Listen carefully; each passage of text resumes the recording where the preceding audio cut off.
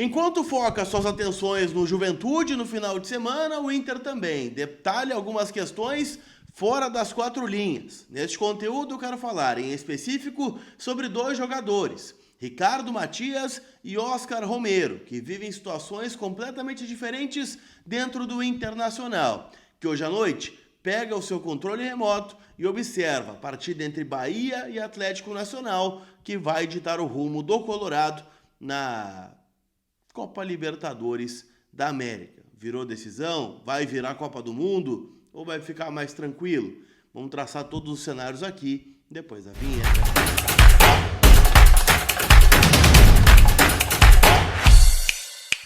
Tudo bem, gente? Vamos trocar uma ideia então, afinal, né? Quero atualizar todas as informações do nosso Colorado nesse conteúdo que é em nome da Zapay, aplicativo onde você fica em dia com o seu veículo, seja ele carro, moto ou caminhão, a Zapay é o melhor caminho. Você paga o IPVA de 2025, paga licenciamento, multa, tudo de forma parcelada no cartão de crédito em até 10 vezes ou mais. E mais do que isso, ainda tem o cupom COLAR20 que te dá 20% off nas taxas do parcelamento.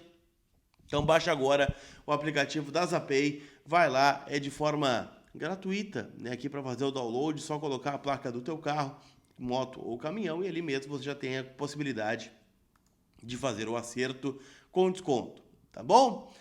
Turma, vamos falar um pouquinho sobre o Internacional. Quero passar rapidamente sobre o treino, né? Afinal, o Inter abriu os portões do CT do Parque Gigante ontem. Foi possível ver, né, que o técnico Roger Machado colocou apenas os reservas em campo, né? Os titulares ficaram na academia fazendo um trabalho regenerativo. E bom, né? Entre esses jogadores reservas estava o Gabriel Carvalho, que jogou apenas 45 minutos, saiu, né, para a entrada do Borré no intervalo.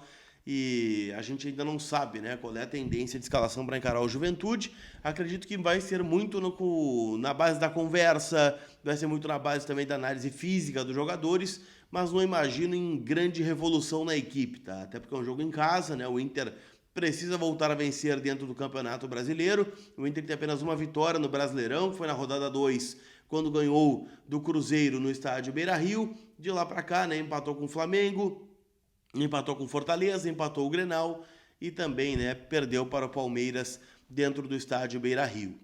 Então, eu diria que a base do time vai ser mantida, né?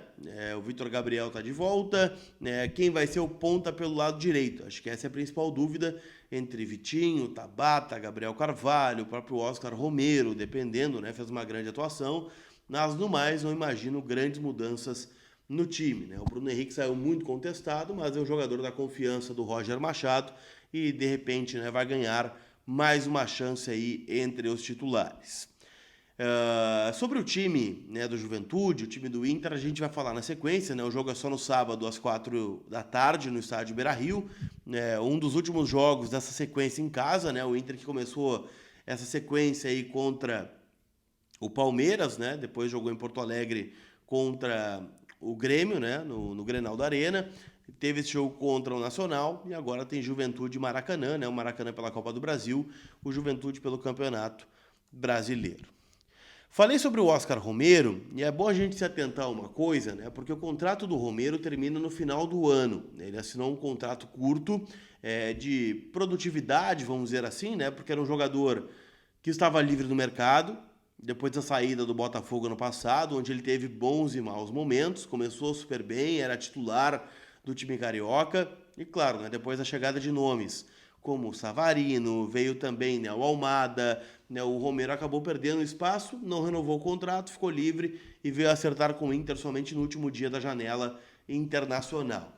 Então o contrato foi de uma aposta, né, para ver em que nível estava o Oscar Romero, e sinceramente, né, claro que é só uma pequena amostragem, mas para mim entrou bem em todos os jogos. E no último jogo, né, contra a equipe do Nacional do Uruguai, foi decisivo, né, com aquela assistência pornográfica que ele deu para o Bernabé num lançamento de mais de 40 metros, colocou o Bernabé na cara do gol para fazer o segundo gol do Inter e alimentar, né, um pouco mais esta reação.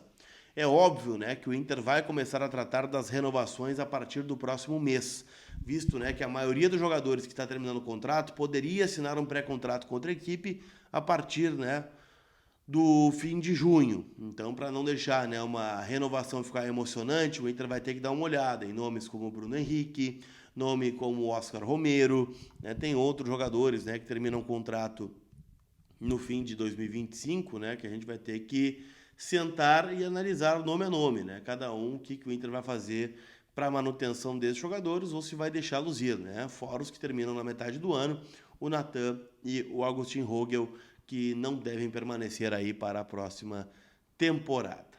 Tá certo? Para a gente fechar, eu quero falar sobre Ricardo Matias. Afinal, né, o Internacional vem passando problema com seus atacantes. O último gol de atacante do Inter foi justamente, né, do Ener Valencia contra o Cruzeiro, né, o segundo gol da vitória por 3-0 no Beira-Rio e depois teve o gol do Borré. Né? Então os dois marcaram nesse jogo e, cara, há uma contestação muito grande, né, em cima desses dois jogadores. Eu digo, né, para vocês aqui, já falei lá no Insta também, que acredito na recuperação deles.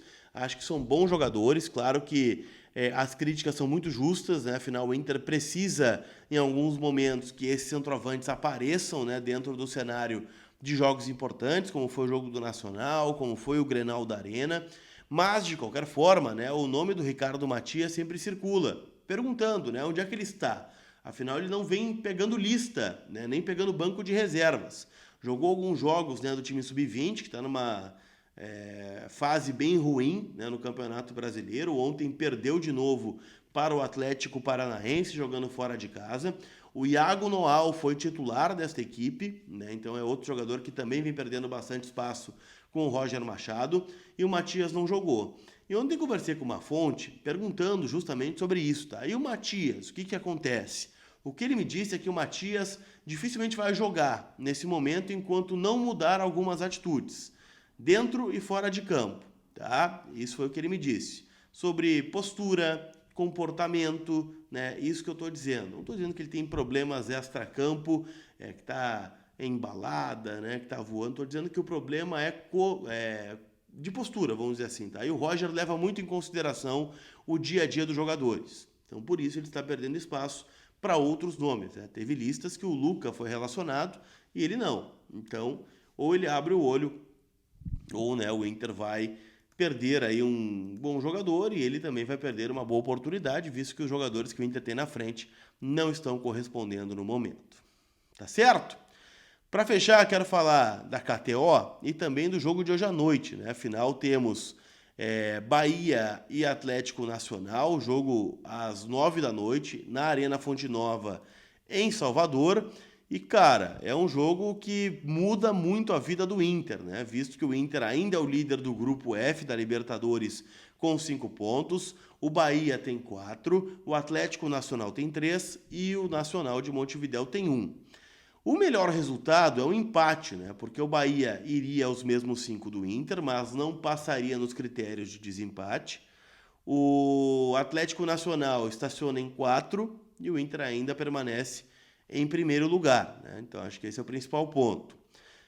O que seria o pior na minha concepção aqui? Tá? Uma vitória do Atlético Nacional, porque o Atlético iria a 6, ultrapassaria o Inter, o Bahia ficaria com 4, mas na próxima rodada, né, o Bahia joga com o Nacional em Salvador e o Inter vai a Medellín. Então o Inter teria de ganhar do Nacional em Medellín, porque é bem provável, né, que o time baiano vença o Nacional em casa. Se tiver um vencedor, para mim teria de ser o Bahia. Aí o Bahia dispara na liderança, né, iria a 7 pontos, né, o Inter ficaria com 5, mas ao mesmo tempo, né, o Atlético Nacional permaneceria iria, na verdade, né, a 4 pontos, o Inter com 5 ficaria dentro da zona de classificação, e aí, né, um empate em Medellín ainda deixa o Inter dentro da zona de classificação da Libertadores. Aí, bom, aí teria Nacional fora para ganhar e um confronto direto com o Bahia em casa, possivelmente o Bahia já classificado, valendo o primeiro lugar do grupo. Então, o único cenário que não pode acontecer, na minha concepção, é uma vitória dos colombianos. E a gente palpita lá em kto.bet.br, a minha casa de apostas, e pode ser a sua também, né? Tô dando uma olhada nas odds deste confronto aqui. E o que eu diria para vocês, gente, é que é um confronto bem equilibrado, tá? O Bahia tá pagando 1,85, o empate 3,60 e uma vitória dos colombianos 4,25. Tá certo? Aquele abraço, turma. A gente se vê. Fui!